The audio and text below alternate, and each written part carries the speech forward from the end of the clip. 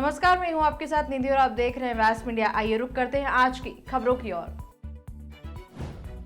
राजस्थान में भाजपा की दूसरे चरण की परिवर्तन संकल्प यात्रा रविवार को बेणेश्वर धाम से शुरू हुई। इस मौके पर गृह मंत्री अमित शाह ने विशाल जनसभा को संबोधित करते हुए कांग्रेस पर आरोपों की बौछार लगा दी। उन्होंने हिंदू संगठनों की तुलना आतंकी संगठन लश्कर ए तैयबा से करने पर राहुल गांधी को घेरा। वहीं लाल डायरी का जिक्र करते हुए गहलोत सरकार के भ्रष्टाचार गिनाए। अमित शाह ने कहा कि लाल डायरी में गहलोत सरकार के भ्रष्टाचार का हिसाब किताब है। जब भी कोई लाल कपड़े पहनता है तो गहलोत साहब को लाल डायरी दिखाई देती है। यह डायरी भाजपा ने नहीं, उन्हीं के पूर्व मंत्री ने दी है। मुख्यमंत्री अशोक गहलोत को बड़ा जादूगर बताते हुए अमित शाह ने कहा कि इन्होंने जादू से बिजली, स्वास्थ्य और महिला सुरक्षा जैसे मुद्दे को राजस्थान से गायब कर दिया है। अमित शाह ने कहा कि कांग्रेस नेता सनातन धर्म को समाप्त करने की बात करते हैं। सनातन धर्म पर ये जितना बोलेंगे उतना कम होते जाएंगे। 2014 और 2019 में कम हुए और 2024 में तो ये दूरबीन से भी दिखाई नहीं देंगे। अमित शाह ने और क्या कहा, देखिए पूरा वीडियो। वो नहीं देंगे, मगर गहलोत जी, मैं तो बनिया का बेटा हूं, हिसाब लेकर आया हूं साथ में। आप नहीं बताओगे, मैं बता देता हूं। 10 साल यूपीए की सरकार चली, सोनिया मनमोहन कांग्रेस की सरकार चली। आपने सिर्फ 1,60,000 करोड़ रुपया कांग्रेस सरकार ने राजस्थान को दिया।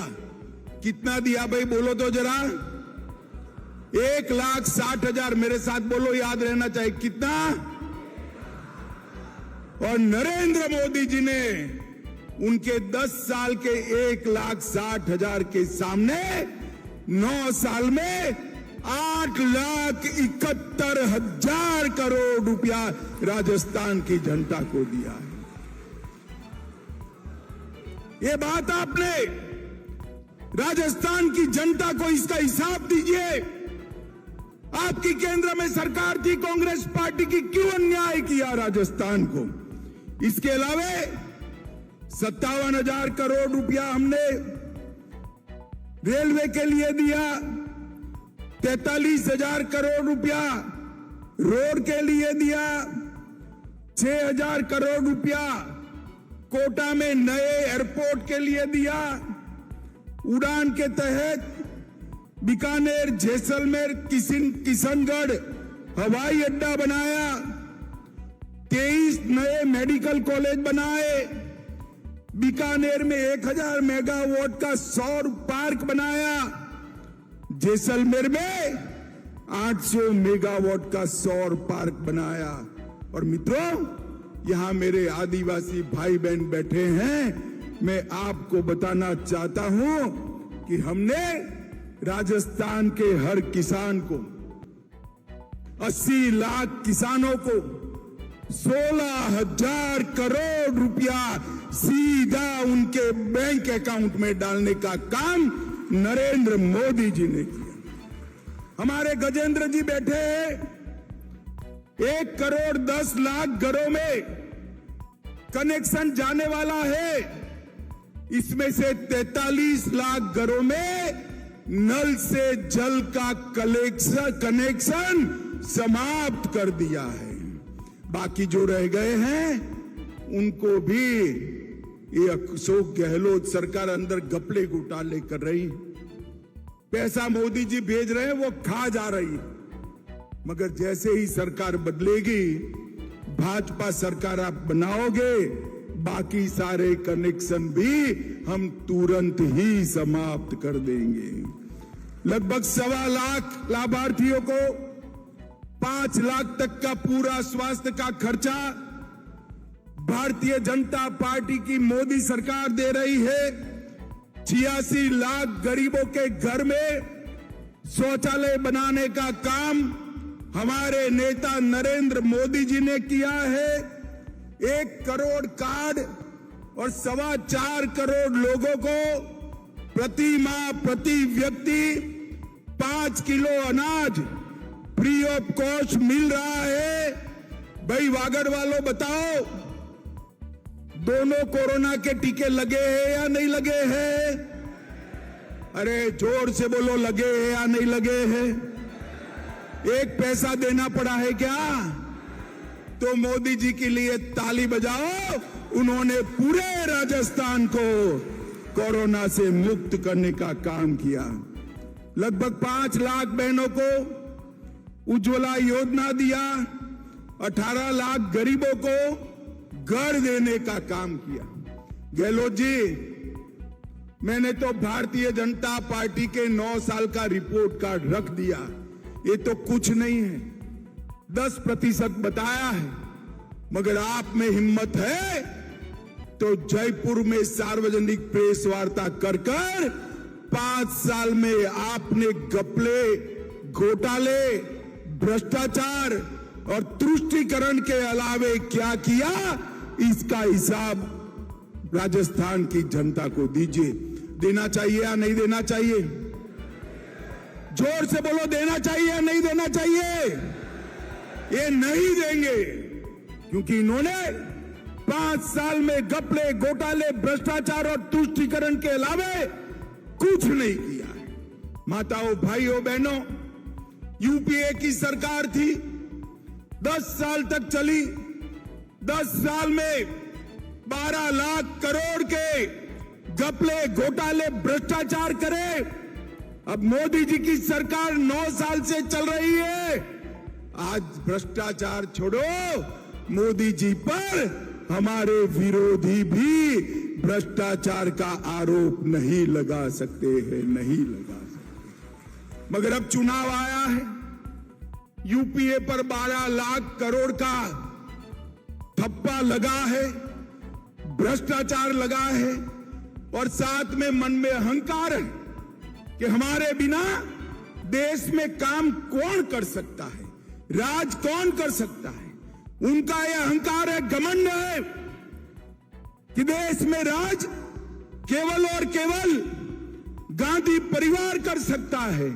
और मोदी जी तो गरीब मां के पेट से जन्मा हुआ चाय बेचने वाले का गरीब बेटा है। भाई, ये लोग सहन नहीं कर सकते। ये घमंड या गठबंधन जो बनाया है, उनको अपना नाम बदलना पड़ा।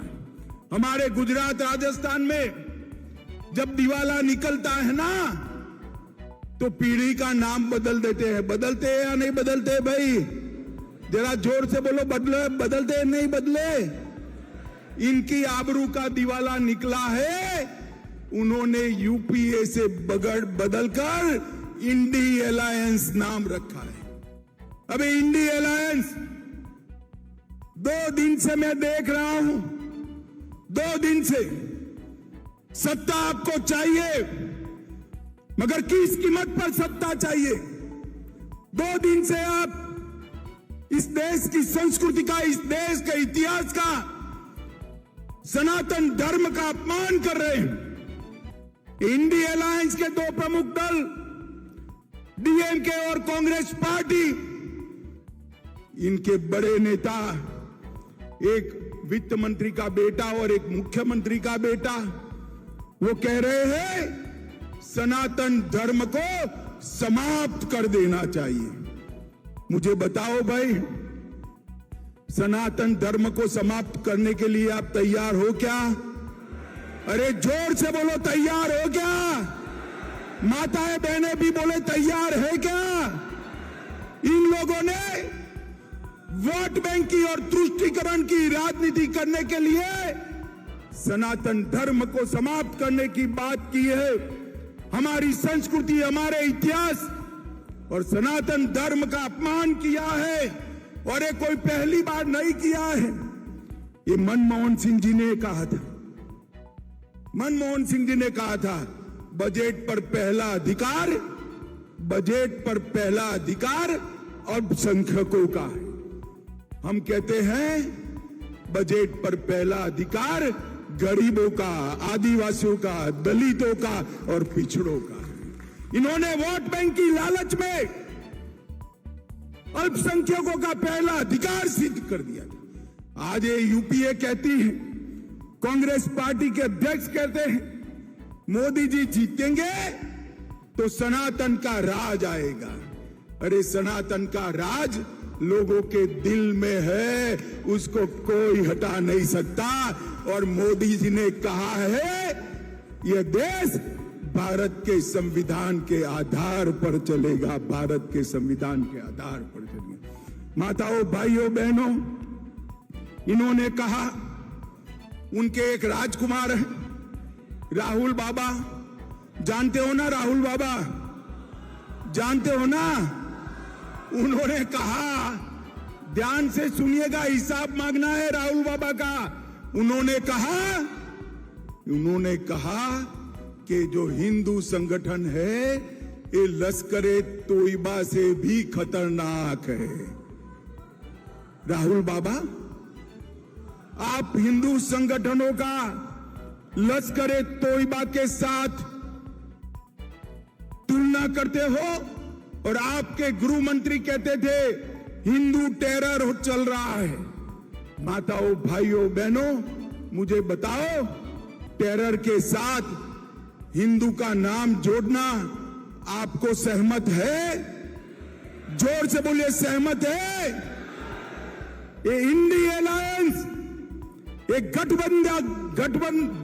गठबंधन वोट बैंक की राजनीति करने के लिए, तुष्टीकरण की राजनीति करने के लिए किसी भी स्तर पर जा सकते हैं। मगर अब मैं उनको कहने आया हूं, जितना आप बोलोगे उतने ही कम होते जाओगे। 2014 में थे, 19 में उससे भी कम हुए, और अब ये शुरू किया है सनातन धर्म के खिलाफ आलाप। 2024 में दूरबीन लेकर भी दिखाई नहीं पड़ोगे, दूरबीन लेकर भी। व्यास मीडिया से बने रहने के लिए चैनल को लाइक करें, शेयर करें और सब्सक्राइब करना ना भूलें। नमस्कार।